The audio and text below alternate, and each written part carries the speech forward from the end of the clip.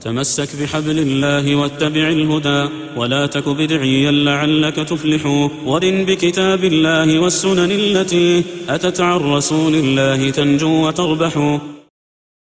الحمد لله رب العالمين والصلاة والسلام على من أرسله الله رحمة للعالمين وعلى آله وصحبه أجمعين ومن اتبعهم بالإحسان إلى يوم الدين. أما بعد, nous continuons l'explication du livre Al-Qawaid Al-Arba', les 4 règles, et ceci est le 8e cours. Nous étions arrivés à la parole de l'auteur, rahimahullah ta'ala, je dis directement en français, et c'est-à-dire lorsque l'auteur fait l'invocation pour le lecteur, et qu'il fasse de toi quelqu'un de reconnaissant lorsqu'on lui fait don, de patient lorsqu'il est éprouvé, et une personne qui implore le pardon d'Allah lorsqu'il tombe dans le péché. Car ces 3 qualités sont les signes ou sont les causes du bonheur.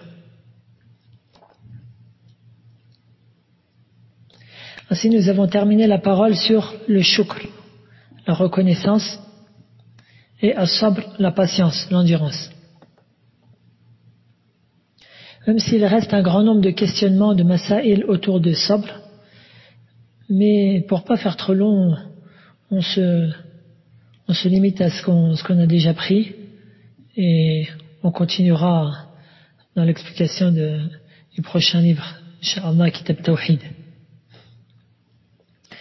Cependant, j'aurais aimé ajouter juste une chose sur ce qui a été précédé, à savoir les 3 liens entre le sabr, la patience, et le shukr, la reconnaissance.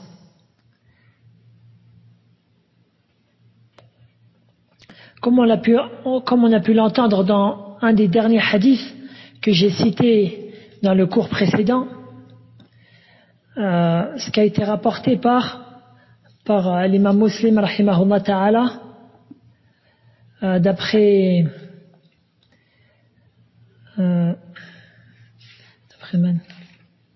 Suhaib ibn Sinan, قال رسول الله صلى الله عليه وسلم عجبا لأمر المؤمن إن أمره كله له خير وليس ذلك لأحد إلا للمؤمن إن أصابته سراء شكر فكان خيرا له وإن أصابته ضراء صبر فكان خيرا له. Le prophète sallallahu alayhi wa sallam dit, le croyant ou l'ordre du croyant est étonnante. L'ordre du croyant est étonnant. Tout ce qui le touche est un bien pour lui.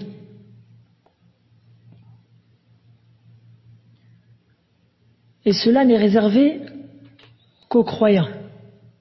En effet, lorsqu'un bien le touche, il remercie Allah, et ceci est un bien pour lui.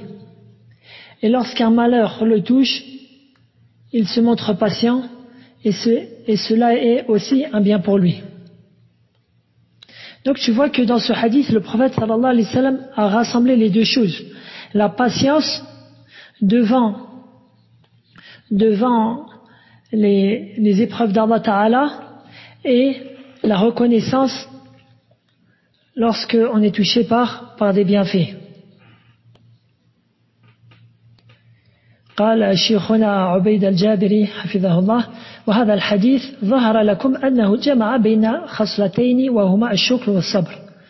Cheikh Ubayd dit, dans ce hadith, il vous éclaire que deux qualités ont été regroupées, la reconnaissance et la patience. Et le grand savant Abu al-Faraj ibn al-Jawzi rahimahullah a insisté sur cela, et il dit: الرجل كل الرجل من يصبر على العافية وهذا الصبر متصل بالشكر فلا يتم إلا بالقيام بحق الشكر. Ibn al-Jawzi dit, l'homme, le vrai homme, est celui qui patiente dans l'aisance. Et cette forme de patience est liée à la reconnaissance. Il ne se réalise donc que par l'accomplissement de la reconnaissance. La parole d'Ibn al-Jawzi rahimahullah est très judicieuse pour celui qui l'a cerné. Nous avons vu dans le cours passé que parmi les catégories de la patience est celle devant les décrets d'Allah. Or, les décrets d'Allah pour le serviteur sont de deux sortes. Comme est rapporté dans le Sahih Muslim, le hadith de Jibril, lorsqu'il lui a demandé au prophète sallallahu alayhi wa sallam, akhbirni anil iman.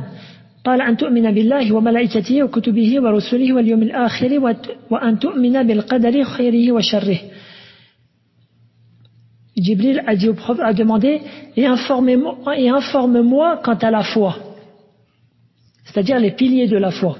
Le prophète sallallahu alayhi wa sallam a dit le fait de croire en Allah, en ses anges, en ses livres, en ses messagers au jour dernier et au destin favorable ou défavorable.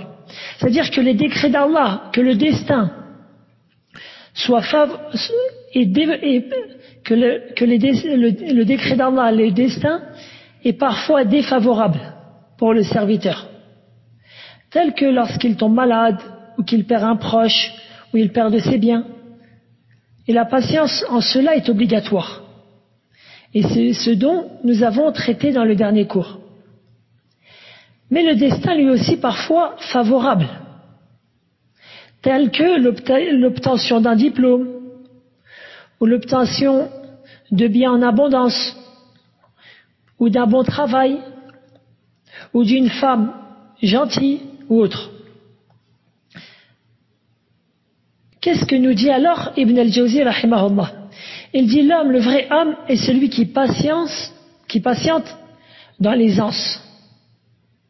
Dans l'aisance. C'est-à-dire que l'une des plus grandes formes de patience devant les décrets d'Allah ne sont pas seulement dans les décrets d'Allah douloureux, mais aussi dans les décrets d'Allah favorables. Combien de gens avons-nous pu voir en état de pauvreté, tandis qu'ils se rendaient aux 5 prières, en groupe, quotidiennement à la mosquée. Mais le jour où ils ont trouvé du travail, et le musulman se doit de travailler, alors on ne les voit plus jamais à la mosquée. Combien de gens avons-nous pu voir qui se rendaient au cours religieux et lisaient le Coran dans la mosquée, tandis que le jour où il a obtenu une voiture, alors bye bye les amigos. Combien de pauvres obéissant à Allah sont devenus des gens de la perversion après s'être enrichis? Combien de frères avons-nous pu voir à nos côtés au cours religieux et à jeûner le lundi, le jeudi et les jours de pleine lune? Puis, à peine nous a-t-il dit, tel jour sera la cérémonie de mon mariage, et tous ces efforts ont cessé. Plus de prières en groupe, plus de jeûnes surérogatoires, plus d'études de la science. Subhanallah. Est-ce qu'il suffit de se marier pour être sauvé de l'enfer et gagner le Firdaus al-A'la? Hasha wa kalla. Mais non. Ainsi, la patience dans les décrets d'Allah favorables est un très haut niveau de patience. Elle se réalise par l'accomplissement de la reconnaissance, al-shukr, en œuvrant dans la reconnaissance d'Allah, en utilisant ses bienfaits pour se renforcer dans son obéissance. Wa billahi tawfiq. C'est Allah Ta'ala qui accorde la réussite. L'auteur dit wa idha aznaba astaghfar, et qu'il fasse de toi une personne qui implore le pardon d'Allah lorsqu'il tombe dans le péché. Donc nous expliquons maintenant cela. Le musulman n'est pas invincible. Il lui arrive de pécher. Comment doit-il agir lorsqu'il tombe dans le péché? Par al-istighfar. Par al-istighfar, la demande de pardon. Et al-istighfar est chaque mesure en arabe chaque mesure, c'est-à-dire chaque verbe, il a une mesure, ce qu'on appelle un wazn. Et chaque mesure a une ou plusieurs significations. Et parmi les significations des verbes qui sont à la mesure istaf'ala, c'est-à-dire qui commencent par alif wa sin wa ta, biziyadati thalathati huruf, ist, au début. Alors parmi les sens de cela, il y a la demande, at-talab. Et ici, istaghfara, c'est-à-dire talaba al-maghfira. Il a le fait de demander le pardon. Car al-maghfira, c'est le masdar de ghafara yaghfiru maghfiratan. Wa ghufranan, wa ghafran. Et je donne d'autres exemples. Par exemple, al-isti'ana, c'est talabul aoun, c'est le fait de demander al-aoun, l'aide. Al-istighatha, c'est le fait de demander al-ghawth, c'est-à-dire le secours. Al-isti'adha, c'est le fait de demander al-aouz, c'est-à-dire la protection. Et ainsi tu comprends et tout cela, ce sont des adorations qui ne doivent être vouées qu'à Allah Azza wa Jal seul, et le fait de les vouer autre que lui, et du polythéisme et de l'association. Bref, donc, lorsque la personne tombe dans le péché, elle doit implorer le pardon d'Allah, al-istighfar. Wal-maghfiratu, ay maghfirat Allah, an yastura Allahu dhanba al-abdi, wa an yuzila anhu atharah. Donc, qu'est-ce qu'est le pardon d'Allah? C'est le fait qu'Allah cache le péché commis et qu'il fasse disparaître sa trace. C'est-à-dire que le serviteur soit épargné des conséquences fâcheuses de ce péché, dans ce bas monde et dans l'autre. Voilà pour cela. Et Allah Ta'ala a ordonné ses serviteurs de lui demander pardon, à l'istighfar. Et on le trouve dans un grand nombre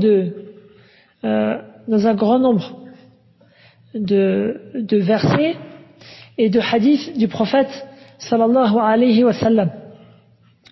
Dans les versets par exemple, قوله تعالى فاصبر إن وعد الله حق واستغفر لذنبك وسبح بحمد ربك بالعشي والإبكار. Surat Ghafir, le verset 55. Allah Ta'ala dit: endure donc, car la promesse d'Allah est vérité. Implore le pardon pour ton péché et célèbre la pureté et la louange de ton Seigneur soir et matin. Et célèbre la pureté et la louange de ton Seigneur soir et matin. Donc Allah Ta'ala, il a ordonné la demande de pardon. Allah Ta'ala dit: fa'alam annahu la ilaha illa Allah wastaghfir li dhanbika wa lil mu'minin wal mu'minat. Allah Ta'ala dit: sache, connais, apprends que nulle divinité digne d'être adorée si ce n'est Allah, que nul ne mérite d'être adoré si ce n'est Allah. Wastaghfir li dhanbik, et implore le pardon pour ton péché ainsi que pour les croyants et les croyantes. Tu demandes à Allah qu'il te pardonne toi et qu'il pardonne les croyants et les croyantes. Et celui qui a compris la ilaha illallah, nul ne mérite d'être adoré si ce n'est Allah, et l'a mis en pratique dans sa vie, il se voit préservé du pire et du plus grand des péchés, comme on va le voir dans les prochains cours, à savoir l'association. Puis il se peut qu'il lui reste certains péchés en dessous de cela. Alors il lui a été ordonné d'implorer le pardon afin que ces péchés-là soient effacés. Afin que ces péchés-là soient effacés. Et donc, comme j'ai dit, c'est-à-dire de nombreux textes montrent l'importance du repentir et de la demande de pardon. De la demande de pardon. Le hadith que je peux citer aussi dans Sunan Tirmidhi, Cheikh Al-Albani, il dit que le hadith il est Hassan, c'est-à-dire il est bon. D'après Anas, radiyallahu anhu, le prophète sallallahu alayhi wa sallam a dit, qu'Allah Ta'ala a dit, c'est un hadith qudusi. Ya ibn Adam, law balagat dhunubuka anana as-sama' thumma astaghfartani, ghafartu lak. Ô fils d'Adam, si tes péchés atteignaient les nuages du ciel et qu'ensuite tu demandais mon pardon, je te pardonnerai. Alhamdulillahi Rabbil Alamin. Donc, et rapporté aussi dans le recueil authentique de l'imam Muslim que le prophète sallallahu alayhi wa sallam disait astaghfirullah 100 fois par jour. Il disait astaghfirullah 100 fois par jour. Donc, c'est la sunna, le fait de dire astaghfirullah 100 fois par jour. C'est pour celui qui le peut. Celui qui ne peut pas faire ce nombre, il fait ce qui lui est en ayant la peur d'Allah Ta'ala lorsqu'il dit cela. Et autour du même sujet, j'ai aimé citer une autre adoration qu'Allah a ordonnée, à savoir at-tawbah, le repentir. Allah Ta'ala dit wa tubu ila Allahi jami'an ayyuhal mu'minuna la'allakum tuflihun. Dans Surat An-Nur, le verset 31, Allah Ta'ala dit et repentez-vous vers Allah, vous tous, ô vous les croyants, afin que vous réussissiez.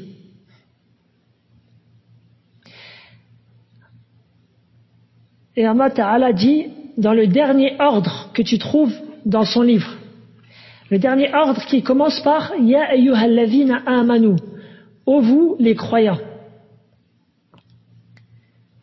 Sa parole, la parole du Très-Haut, Ya ayyuhalladhina amanu, tubu ila Allahi tawbatan nasuha.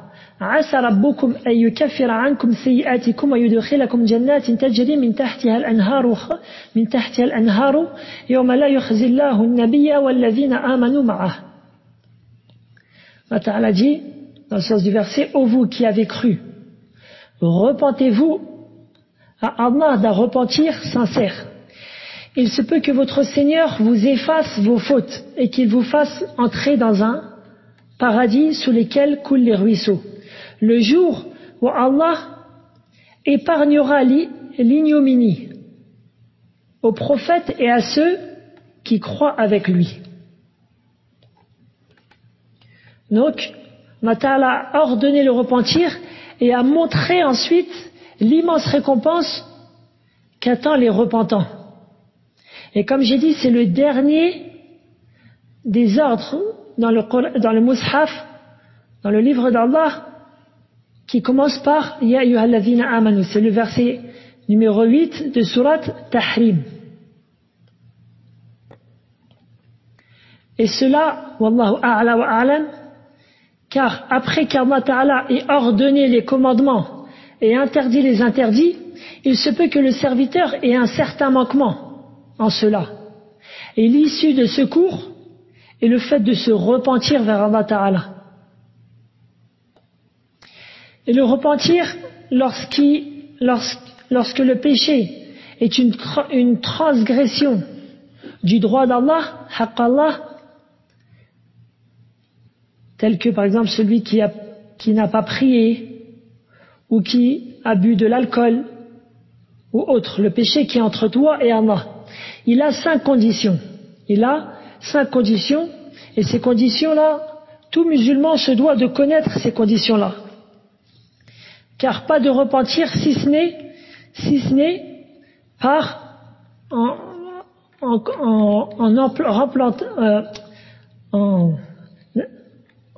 en respectant ces conditions-là. C'est ce qu'Allah Ta'ala dit Tawbatan nasuha, un repentir nasuh, qu'on peut traduire par sincère. Et le repentir sincère, c'est celui qui, même si c'est pas vraiment sincère, mais le mot le plus proche, c'est nasuh.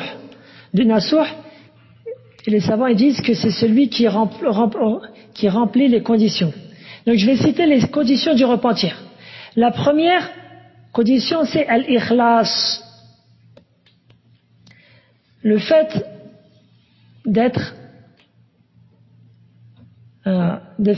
sincère dans le repentir, c'est-à-dire le fait que le repentir soit pour Allah et par peur de lui. Tu ne te repens pas pour que les gens disent « Ah, masha'Allah, un tel, c'est un repentant, il s'est repenti de son péché. » Tu te repens pas par peur du bâton ou par peur des représailles des gens ou par peur de leur mauvaise langue. Non, tu te repens pour Allah, par peur de lui et en espérant sa récompense. La deuxième condition, c'est al-iqla'u 'ani dhanb, le fait de délaisser le péché pour lequel tu veux te repentir. Par exemple, quelqu'un qui a bu de l'alcool, alors il doit délaisser ce péché-là. Je vais expliquer plus en détail. Car il ne peut pas être repentant d'un péché tandis qu'il est encore en train de le faire. Le fait de délaisser le fait de délaisser le péché commis a deux catégories, en fonction du péché commis. Donc la première catégorie, si le péché commis est le délaissement d'une obligation, tel que celui qui a délaissé la prière, ou qui a délaissé l'aumône légale, qui ne donnait pas zakat, ou qui a délaissé l'accomplissement du hajj, alors qu'il en avait la capacité, ou il a délaissé la bonté envers les proches ou envers les voisins. Alors, se repentir de cela, délaisser ce péché-là est le fait d'accomplir l'obligation. Quelqu'un qui ne faisait pas la prière, il va faire la prière. Quelqu'un qui ne donnait pas la zakat, alors il va la sortir. Quelqu'un qui n'était pas bon envers les voisins, alors il va être bon envers les voisins, etc. Et il est très important de comprendre cela. Certaines personnes, quand on leur dit « accomplis la prière », par exemple, il dit « moi, tu sais, je ne bois pas d'alcool, je ne fume pas, je ne fais pas de mal à personne, etc., etc. » Il ne sait pas que le délaissement des obligations est pire, fil jumla, de manière globale, que le fait de tomber dans un interdit. Ibn al-Qayyim, rahimahullah, cite en cela l'exemple d'Adam, notre père, alayhi salatu wassalam, et de Iblis. Adam est tombé dans une chose qui était interdite, à savoir le fait de manger de l'arbre. Et Allah Ta'ala lui a pardonné ensuite. Iblis a délaissé un commandement d'Allah, à savoir se prosterner devant Adam, qui était un prosternement de salut et de respect. Mais Allah Ta'ala ne lui a jamais pardonné. Et il avait donc, Iblis, délaissé un commandement. Et les savants ne divergent pas quant au fait que le délaissement de la prière est pire que le fait de tomber dans le meurtre, le vol ou la fornication. Que dire alors du fait de délaisser l'adoration d'Allah seul entièrement? Ceci est encore pire.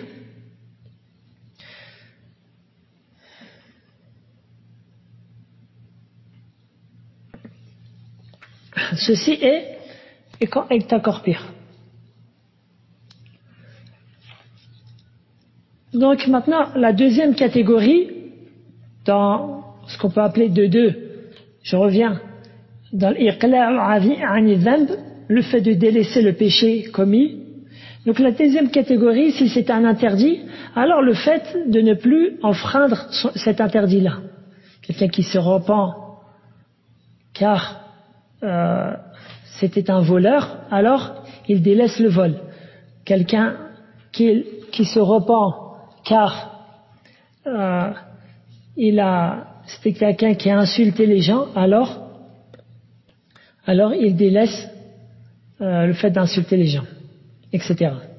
La troisième condition du repentir, an-nadamu lillah, le fait de regretter pour Allah d'avoir commis le péché, d'avoir regretté. Et je dis bien pour Allah, c'est-à-dire en regrettant le fait d'avoir fait une chose qui encourt la colère d'Allah et avoir peur pour cela.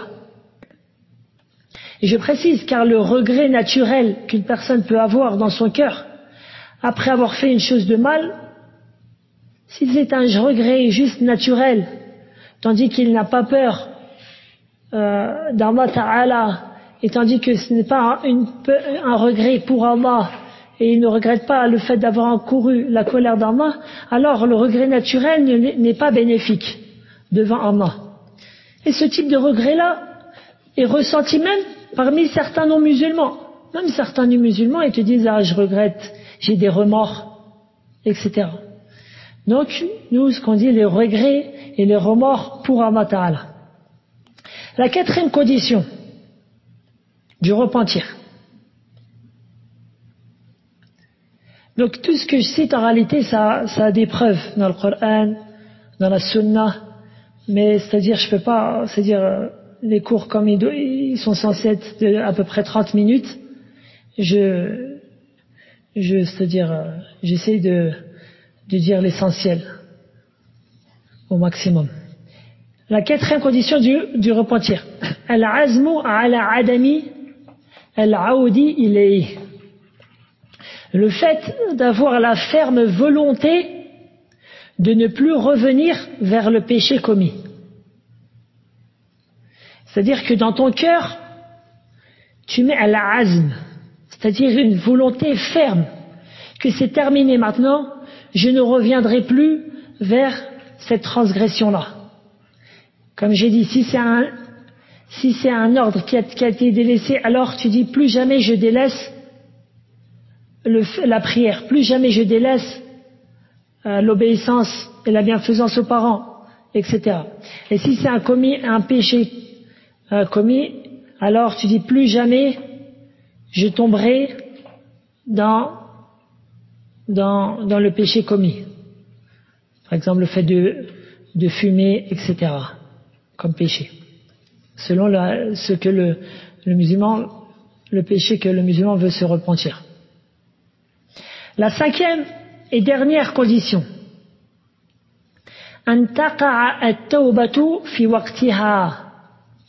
Le fait que le repentir ait lieu durant le temps où il est accepté. Le fait que le repentir ait lieu durant le temps où il est accepté. Wa waqtu at-tawbati 'amun wa khas. Et le temps où le repentir est accepté est général et spécifique. Premièrement, celui qui est général. Celui qui est général est le fait que le repentir ait lieu avant que le soleil se lève vers l'Occident. Car une fois que le soleil se lèvera vers l'Occident, à la fin des temps, alors le repentir ne sera plus accepté de personne, comme cela est rapporté dans les hadiths authentiques. Il y a un verset en cela. Dans Surat Al-An'am, dans la dernière page, Surat Al-An'am. Deuxièmement, le temps maintenant qui est spécifique, khas, est de deux sortes. C'est-à-dire, le temps où le repentir est accepté, le temps où le repentir n'est plus accepté est de deux sortes.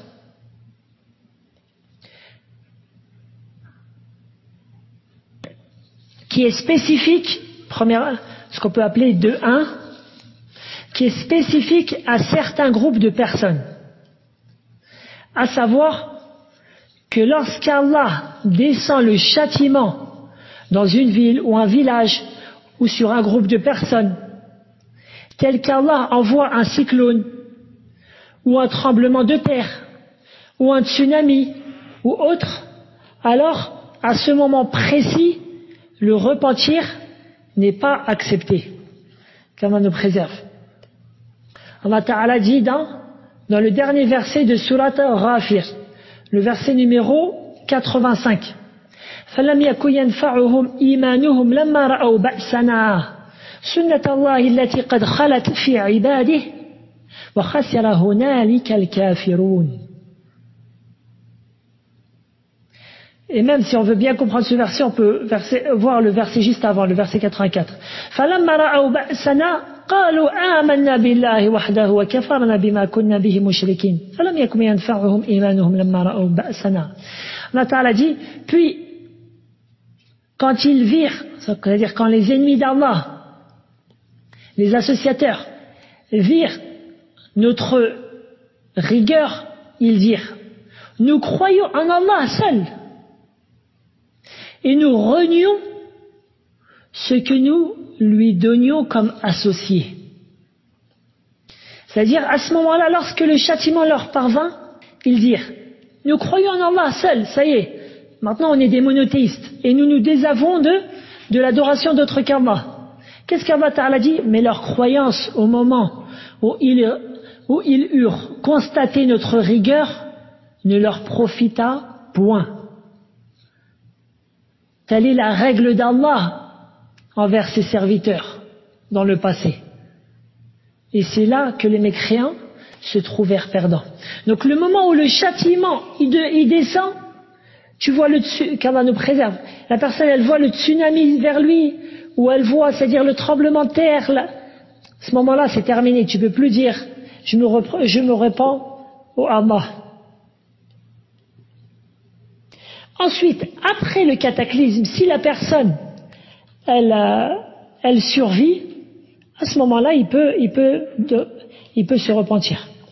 Donc maintenant, le deuxième temps, donc j'ai dit il y a deux temps, qui est spécifique à certains groupes de personnes, et le deuxième, ce qu'on peut appeler 2-2, est spécifique à chaque personne en particulier. À savoir qu'il se repente avant que son âme sorte de lui. Avant que son âme sorte de lui. Comme on le trouve, donc il faut que le repentir soit avant que l'agonie de la mort, ce qu'on peut appeler par l'agonie de la mort, comme on le trouve dans un verset de Surat An-Nisa et dans les hadiths du prophète sallallahu alayhi wa sallam, authentiques. Voilà les 5 conditions du repentir pour le péché transgressé dans le droit d'Allah, haqqullah. Et je m'enjoigne ainsi que vous à nous précipiter vers le repentir avant qu'il soit trop tard. Et le prophète sallallahu alayhi wa sallam dit At-ta'ibu min adh-dhanbi kaman la dhanba lah, comme l'a rapporté Ibn Majah, et Sheikh Al-Albani dit que le hadith il est bon. Celui qui se repent du péché est comme celui qui ne l'a pas commis. C'est-à-dire comme celui qui n'a pas ce péché-là. Donc c'est une énorme récompense. Ensuite, dans le péché transgressé dans le droit d'un serviteur. Haqqu al-abd. Alors, il y a ces 5 conditions-là, bien sûr, et il y a une condition en plus, une 6e condition, à savoir le fait de rendre à cet individu son droit.